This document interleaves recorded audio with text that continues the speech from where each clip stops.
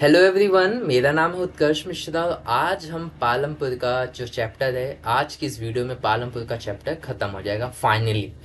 और इस चैप्टर में काफ़ी बड़ी बड़ी वीडियोस हमने देखा, काफ़ी बहुत, लेकिन बड़ी वीडियो होने को कोई पंगा नहीं रहता। एटलीस्ट हमें समझ तो आ जाता है ना, मेन चीज़ ये है। 10-12 वीडियो देखने से अच्छा एक ही वीडियो देखो, बस समझ में आ जाए, ये ज़्यादा ज़रूरी रहता है। आज ये चैप्टर ख़त्म हो जाएगा, फिर इस चैप्टर से रिलेटेड इंपॉर्टेंट क्वेश्चंस वगैरह हम आगे डिस्कस करेंगे आने वाली अपकमिंग वीडियोस में। तो अभी हम करते हैं वाले हैं पालमपुर में गैर कृषि क्रियाएं। ये इंपॉर्टेंट क्वेश्चन भी बनता है, एग्जाम यही पूछ लिया जाता है कि पालमपुर के अंदर बताओ कि गैर कृषि क्रियाएं कौन सी होती हैं। तो सबसे पहला आता है डेयरी। अभी मैं सीधा सीधा आपको बता दे रहा हूँ, एक्सप्लेनेशन नहीं करूंगा आपको, क्योंकि एग्जाम में आंसर ही लिखना होता है तो बनाओ ना के लिख दोगे तो चल जाएगा, लेकिन समझना भी इसको उतना ही ज़्यादा ज़रूरी है। ठीक है, तो सबसे पहले हम बात करते हैं पालमपुर के अंदर क्या होता है। डेयरी होता है, पहला तो ये है। दूसरा हमारा होता है लघु स्तरीय विनिर्माण, इवन ये मैंने क्वेश्चन भी पूछा था आपसे। और तीसरा अपना होता है पालमपुर में दुकानदारी। और अगला होता है परिवहन। क्या अगला है? अगला नहीं है, खत्म। ये 4 तरीके की चीजें होती हैं जो पालमपुर के अंदर गैर कृषि क्रियाएं हैं। ठीक है, सो सबसे पहले ये 4 हमने पढ़ा, डेयरी वगैरह, फार्मिंग वो दुकानदारी वगैरह, विनिर्माण उद्योग वगैरह, और परिवहन वगैरह, ट्रे वो टूरिज्म वगैरह भी। वैसे टूरिज्म तो नहीं हो सकता इस चीज़ में, क्योंकि पालमपुर में ऐसा कुछ है नहीं, लेकिन परिवहन हो सकता है। चलिए शुरुआत करते हैं हम डेयरी वगैरह से। तो डेयरी में क्या होता है, ये एक प्रचलित क्रिया है। पालमपुर के अंदर ये डेयरी बहुत ज़्यादा प्रचलित होता है। डेयरी में देख सकते हो कि क्या एक गाय है, ठीक है, गाय है। इस गाय से बंदा क्या निकाल रहा है, दूध निकाल रहा है। और इस दूध को वो क्या करेगा, मार्केट में जाकर बेच देगा। यहाँ पे जहाँ पे भी डेयरी वगैरह बनी होगी वहाँ पे जाकर वो बेच देगा। पालमपुर में कई परिवारों में डेयरी एक प्रचलित क्रिया है। लोग अपनी भैंसों को कई तरह की घास और बरसात के मौसम में उगने वाली ज्वार और बाजरा चरी खिलाते हैं। ज्वार और बाजरा को वो लोग किस नाम से जानते हैं, वो चरी भी से कहते हैं। मतलब गाय लोगों को बहुत ही पसंद पसंद लगता है, खाने में मजा आता है उन लोगों को। तो मतलब वो जानवरों को खिलाते हैं, हट्टा कट्टा बनाते हैं ताकि दूध वगैरह वो अच्छे दें। दूध को निकट के एक बड़ा गांव जिसका नाम है रायगंज, हमने बहुत रायगंज के बारे में सुन लिया है, रायगंज में बेचा जाता है। शाहपुर शहर के 2 व्यापारियों ने रायगंज में दूध संग्रहण और शीतल केंद्र खोला है। दूध जहाँ पे कलेक्ट होता है और कलेक्ट होने के बाद दूध खराब ना हो, इस वजह से उसे शीतलन केंद्र है। यानी उसमें क्या होता है, दूध को ठंडा रखा जाता है, बैक्टीरिया को मार दिया जाता है। क्योंकि अगर एक नॉर्मल टेम्परेचर पे रहेंगे तो दूध खराब हो जाएगा। लेकिन अगर एकदम मतलब जो भी इनकी कंडीशंस रहती है, जिस टेम्परेचर पे ये लोग रखते हैं अपने दूध वगैरह को, ये इस केंद्रों के अंदर, तो इससे दूध खराब नहीं होता, काफी लंबे समय तक टिका रहता है। ठीक है, बैक्टीरिया पैदा ही नहीं होने देता। जहाँ से दूध दूर दराज के शहरों और कस्बों में भेज दिया जाता है। फिर यहाँ से क्या होता है, किसी किसी ने, बड़े व्यापारी ने खरीद लिया, जैसे अमूल, मदर डेयरी वगैरह ने, तो ये लोग उनसे खरीद लिए और इसको पन्नी मुन्नी में लाकर शहरों में बेच दिए, जैसे भी हो गया। तो ये हम समझते हैं कि पालमपुर के अंदर होता क्या, पालमपुर के अंदर होता है डेयरी। लोग दूधों से गाय से दूध निकालते हैं, उसे मार्केट में जाके सप्लाई करते हैं। अगला होता है पालमपुर में लघु स्तरीय विनिर्माण होता है, मैन्युफैक्चरिंग होता है। विनिर्माण का होता है, मतलब होता है विनिर्माण करना, किसी चीजों को बनाना। ठीक है, जैसे कि इस समय पालमपुर में 50 से कम लोग विनिर्माण कार्यों में लगे हैं। पालमपुर के अंदर 50 से कम लोग हैं जो विनिर्माण के कार्य करते हैं। वो शहरों और कस्बों में बड़ी फैक्ट्रियों में होने वाले विनिर्माण के विपरीत पालमपुर में विनिर्माण एक बहुत सरल उत्पादन विधियों का प्रयोग होता है और छोटे पैमाने पर ही किया जाता है। देखो शहरों में क्या होता है, बड़ी बड़ी फैक्ट्रियां होती है, बड़ी बड़ी मशीन होती है, पर पालमपुर क्योंकि एक छोटा गांव है, और इस छोटे गांव में जो पालमपुर के जो लोग हैं, जो विनिर्माण उद्योग से जो जुड़े पड़े हैं, उनके पास इतना पैसा वैसा है नहीं, तो बहुत ही सरल वे में, सिंपल वे में, छोटे वे में ये अपनी फैक्ट्रियों को चलाते हैं। अपनी जो भी इनकी विनिर्माण वाला काम है उसको बहुत ही छोटे पैमाने पर चलाते हैं। विनिर्माण कार्य पारिवारिक श्रम की सहायता से अधिकतर घरों या खेतों में किया जाता है। श्रमिकों को कभी कभार ही किराए पर लिया जाता है। मतलब इतना ज़्यादा छोटा है कि अक्सर फैमिली के मेंबर अगर मिलजुल के सारा काम करते तो हमें बाहर से किसी लेबर की आवश्यकता नहीं पड़ती। लेकिन कभी कभी काम क्या होता है, काफ़ी ज़्यादा बढ़ गया, काफ़ी ज़्यादा डिमांड होने लगी, तो ये लोग क्या करते हैं, बाहर से भी किसी श्रमिक को कुछ समय के लिए हायर कर लेते हैं कि आजा भाई मेरे यहाँ पे काम कर ले, तेरे को मैं पैसे वगैरह दे दूंगा। तो यहाँ पे विनिर्माण में ये लोग या तो घरों में कर सकते हैं या खेतों में कर सकते हैं, जहाँ इनको ठीक लगे अपना काम कर सकते हैं। लेकिन यहाँ पे एक बात ध्यान रखना, पालमपुर के लोग बहुत ही सीमित स्तर पे करते हैं, बहुत कम लोग इंगेज भी है, उनकी जो फैक्ट्री है बहुत बड़ी बड़ी नहीं है, छोटी छोटी फैक्ट्रियां हैं। यहाँ पे एक कहानी है, ये कहानी है, बड़ा इंटरेस्टिंग नाम है मिश्री लाल। ये मिश्री लाल की कहानी है। मिश्री लाल जो बंदा है, ये गन्ना पेरने वाला एक मशीन खरीदा है। तो गन्ने पेरने की मशीन कुछ इस तरीके से दिखती है, तो मान लेते हैं ये जो मिश्री लाल है, क्योंकि एक छोटा उद्योग है तो मान लेते हैं इसी हिसाब से उसके पास मशीनें हैं जो बिजली से चलती है। हालांकि यहाँ पे हम देख सकते हैं, अगर आप लोगों ने ध्यान दिया हो तो यहाँ पे कुछ फ्यूल का बना रखा है, ढक्कन वगैरह ऊपर बना है ना। तो मान लेते हैं कि जो मशीन है यहाँ पे एक तार भी एक ये फ्यूल से भी चलता है और किससे भी चलता है, इलेक्ट्रिसिटी से भी चल सकता है। मान लेते हैं ऐसी मशीन है। पहले गन्ने को पेरने के लिए काम बैलों की मदद से किया जाता था। ये बात ध्यान रखना, पहले जो गन्ना पेरा जाता था ना वो बैलों की मदद से किया जाता है। जैसे मशीन है अभी यहाँ पे, जैसे ये क्या रखा है, मोटर है, जब ये घूमता है तो ये मशीन चलेगा, फिर अंदर मोटा वगैरह लगा है, तो ये है जो लगे पड़े ये भी घूमेगा, और इसमें जब गन्ने वगैरह डालते हैं तो पिसकर वो जूस निकालता है। तो यहाँ पे क्या होता है, पहले ये अभी तो उसकी जगह मोटर ने ले ली, पहले इसकी जगह क्या लगा रहता था, भैंस लगा करते थे या कोई भी जानवर बैल वगैरह लगा करते, वो घूमते वगैरह रहते थे और मशीनों से फिर क्या निकलता था, उनसे गन्ने डालते थे, फिर उससे गन्ने का जूस वगैरह निकलता था। इसको जरूर देखिएगा, इंटरनेट पे सर्च वगैरह करिएगा कि ये प्रक्रिया कैसे होती थी, तो काफी ज्यादा आपको अच्छी लगेगी, देखने में अच्छा भी लगेगा। पर अब ये लोग मशीनों को करना पसंद करते हैं, मतलब मशीनों का उपयोग करते हैं। मिश्री लाल दूसरे किसानों से भी गन्ना खरीद कर गुड़ बनाता है। मिश्री लाल है वो दूसरे किसानों से भी गन्ना खरीदता है, उससे गुड़ बनाता है। गुड़ को फिर वो शाहपुर के व्यापारियों में बेच देता है। इस प्रक्रिया से मिश्री लाल को थोड़ा लाभ कमा लेता है, ऐसा करने से उसको काफी ज्यादा पैसा मिल जाता है।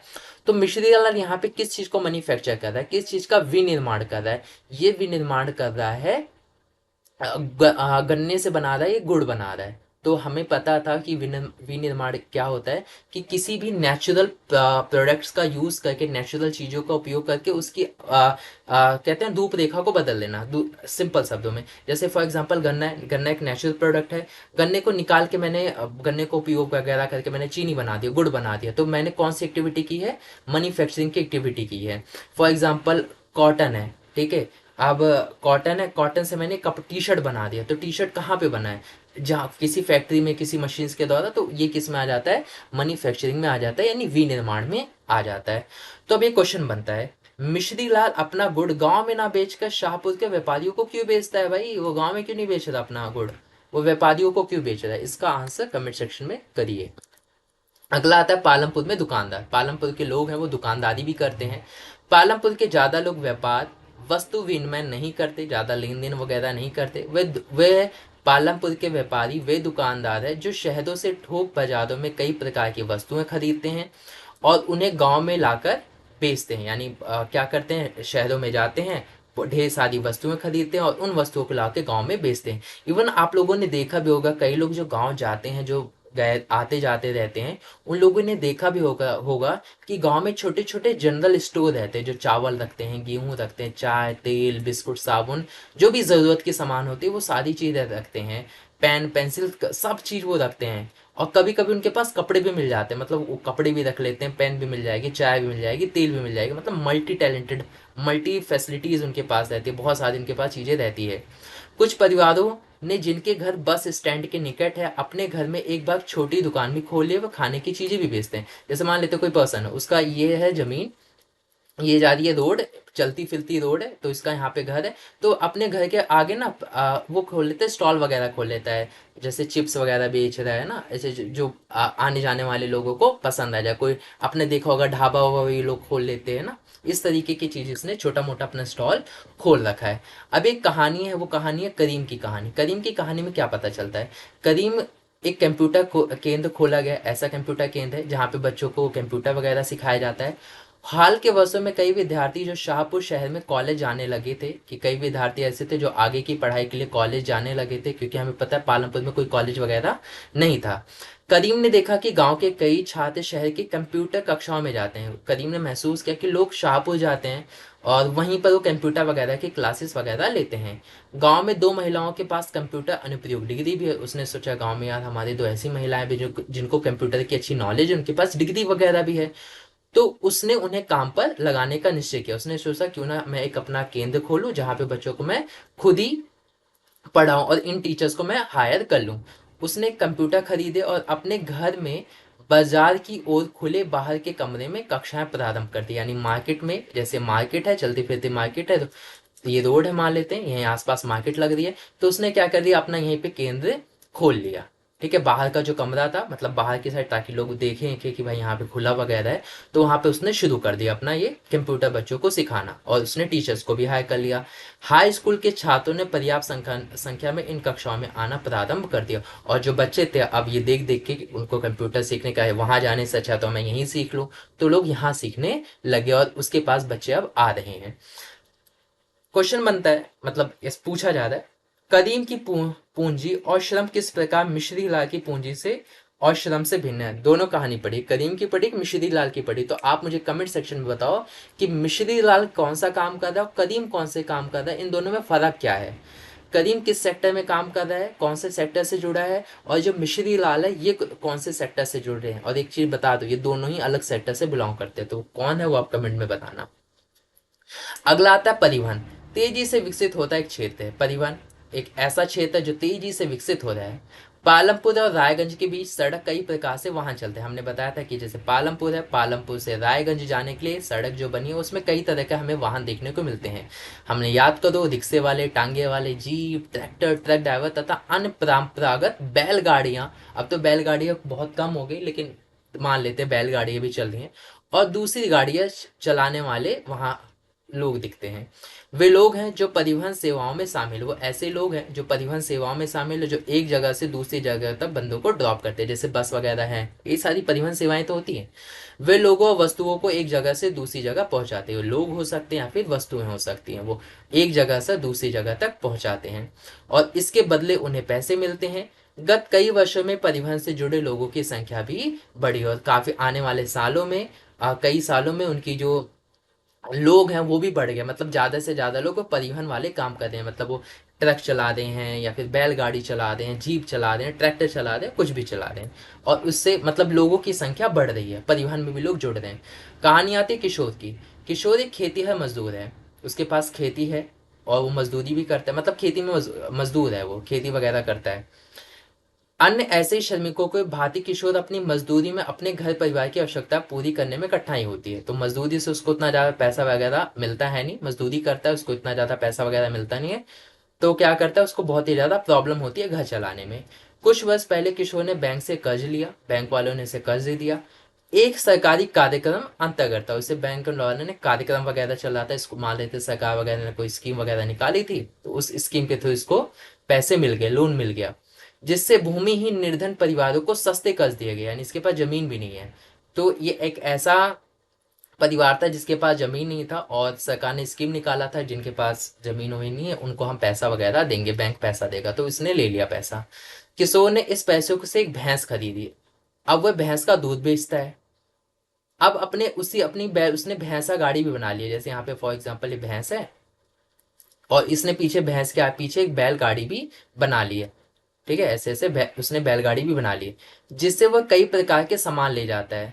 सप्ताह में एक दिन वह गंगा के किनारे कुम्हार के लिए मिट्टी लाकर लाता है, और कभी कभी वो गुड़ अथवा अन्य वस्तुओं को लेकर शाप हो जाता है। कभी वो मिट्टी भरकर इसमें लाता है, कभी वो गुड़ भरकर इसमें एक जगह से दूसरी जगह ट्रांसफर करता है चीजों को।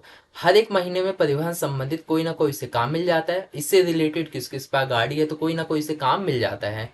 परिणाम स्वरूप पिछले वर्षों की तुलना में अधिक कमाने लगा। अब ये देखा गया कि उसकी जो इनकम है वो काफ़ी ज़्यादा इंक्रीज हुई है। तो यहाँ हम ये समझते हैं कि अगर बैंक वाले हम लोन प्रोवाइड करने लग जाए ना किसान लोगों को, तो उससे भी उनकी पूंजी बढ़ जाती है, उसकी इनकम, लोगों की इनकम बढ़ जाती है। अब क्वेश्चन उठता है कि किशोर की पूंजी क्या है, किशोर की स्थायी पूंजी क्या है। एग्जाम में क्वेश्चन पूछे जाए कि भाई किशोर की स्थायी पूंजी क्या है, तो कमेंट सेक्शन इसके लिए आप लोगों को खुला है, तो आप मुझे कमेंट करके ज़रूर बताइएगा। वीडियो कैसी लगी ये भी मुझे कमेंट में ज़रूर बताइएगा। इसी के साथ अपना होता है चैप्टर ख़त्म। वीडियो अगर आपको अच्छी लगी है तो please like, comment and share, और दोस्तों में ये वीडियो ज़रूर साझा कीजिए, उनको भी हमारी इस वीडियो को सेंड करिए। मिलते हैं आप लोगों से नेक्स्ट वीडियो में, तब तक के लिए बाय बाय।